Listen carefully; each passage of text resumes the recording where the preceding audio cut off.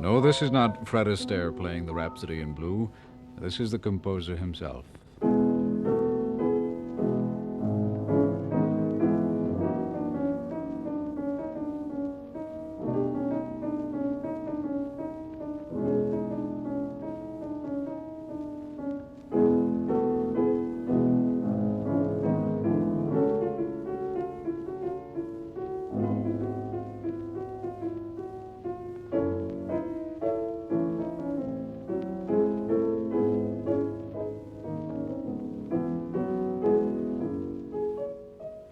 Well, that's the Rhapsody in Blue. Fine, big, fat theme that always warms the cockles of my heart. I'm Paul Whiteman. You know, there's been a lot of stories how the Rhapsody in Blue happened to be written. Maybe if it comes from the horse's mouth, why, it'll have a little more weight. Many years ago, I had felt that I'd like to give a jazz concert. And I'd met George Gershwin, who was a kindred spirit, inasmuch as we'd both studied serious music before. I had been the principal viola in the Denver Symphony when I was 16 years old, and George was studying to be a concert pianist, and the source really could have been. He played fabulous piano. And we both felt that maybe once a year, even in the hallowed halls of the symphony, maybe jazz could come in and play a rather important jazz work. As I said before, I'm pretty mouthy, and I talked about this for a couple of years and didn't give the concert. And George and I talked about it many times and had decided on the title, which would be the Rhapsody in Blue, because I felt and George agreed with me, that it would be silly to write a symphony which demands certain form. Architecturally, it's pretty complicated, and it doesn't allow too much free movement. And a rhapsody, of course, means that you can rhapsodize, you can wander all around. And as I said, we talked about it a great deal. One day my manager came to me and said, "Hey, your biggest competitor has just hired the Metropolitan Opera House and is going to give a jazz concert." And I said, "Over my dead body." Pretty much body in those days, too. I think I weighed 327 pounds. Well, this I wasn't going to stay hitched for, having this idea for 2 years and having be dished by especially a pretty good competitor. So I went around looking for a hall, and I couldn't find one, and I finally was able to get Aeolian Hall, but only one day in the whole calendar, practically, and that was the afternoon of Lincoln's birthday. That would be February 12th of 1924. So I immediately hired the hall, and then I called the newspapers up and told them that I was going to give the concert, which would be the first jazz concert, which was the first jazz concert. Well, I guess I had come home from playing at the Palais Royal. It was a very famous place to dance and a very famous cafe in those days. And I'd get home around 4 o'clock, and I'd barely got to sleep at about 6 o'clock when George Gershwin called me up. I guess he'd been restless and went down to the corner and got the paper and came back and read it, and he said, "Hey, I see you're going to give your jazz concert." I said, "That's right." But he said, you expect me to do the Rhapsody in Blue? And I said, "That's right." But he said, "It's within 2 weeks." And I said, "You're right again. That's 3 times. That you're in instead of out." And he said, "Well, it would take me at least 6 months to gather this important thematic material for such a very important work." "Oh," I said, "you're talking like us symphony fellows now. You better put up your hair, because hot or cold, the body goes out in 2 weeks. And I said, "You've been thinking about it for a couple of years. You must have a lot of ideas." Well, he started to work, and each night he would bring us a page of the composition to the Palais Royal when we would finish. Freddie Grofé would orchestrate it that night. We would rehearse it the next day, and I can honestly say that when he dotted the last note, we were only one dot behind him. We were ready to play it. Do you remember the afternoon of the Aeolian Hall concert? How did you feel? Oh, very well. It was packed with all the greatest, a real wonderful audience. I know Fritz Kreisler was there, Rachmaninoff was there. And in the middle of the Rhapsody, I commenced to cry, and George said he did afterwards. And I can remember that I was surprised when I turned over my score that I was some 20 pages ahead of where I thought I was. It was an electrifying performance. It was a thing that was so wonderful for me, and I'm sure it was very fine for George. It gave him the courage to go ahead in the serious things. Certainly he didn't need any help in the popular. And I think it taught me one thing, that I guess critics are very important, and I'm certainly not bitter about critics either.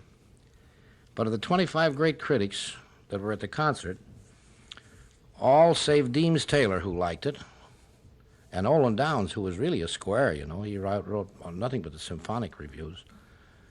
Every one of the others, I should say 22, said it was nothing. Drivel, noisy, interesting, or nothing. What would you say was Gershwin's contribution to American music? Well, I'd have to say that we have a lot of great American composers, but I'd have to say that as far as influence on other countries and things like that, he had more to do than anybody. I wouldn't care who it is. Every symphony in the world practically will play the Rhapsody in Blue at least once a year, and I don't think they'll do that of any composition, any other composition, foreign or American.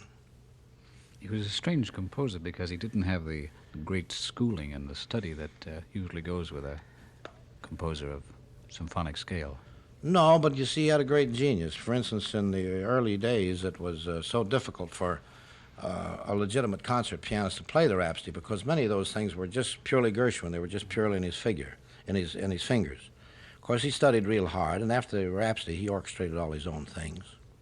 Now, the strange thing about Gershwin was that he became so popular in society. He became a celebrity himself, and you don't find this with many composers. First of all, he was a very good-looking boy, and he was very affable. But George loved being a celebrity, didn't he? He didn't hate it. I'll tell you another thing. Whenever we had we'd go to anybody's house, he'd be the last one to play the piano, and might as well just be that way because he played so long nobody else could. I think he's like all of us. He didn't mind being on. His songs grow from year to year. Every arrangement seems to make them better. I'd hate to think how many thousands and thousands of times I've played the Rhapsody in Blue. Well, for instance, one time I was in the picture field for 3 solid years, and we never had a day off and played it 6 times a day, so it could give you a slight idea. But I'll say one thing, that when you hear it played with George Gershwin, I've made a lot of other recordings, too, that I'm very proud of. But I think the one with George is really the epitome of the Rhapsody in Blue, and this is how it sounds.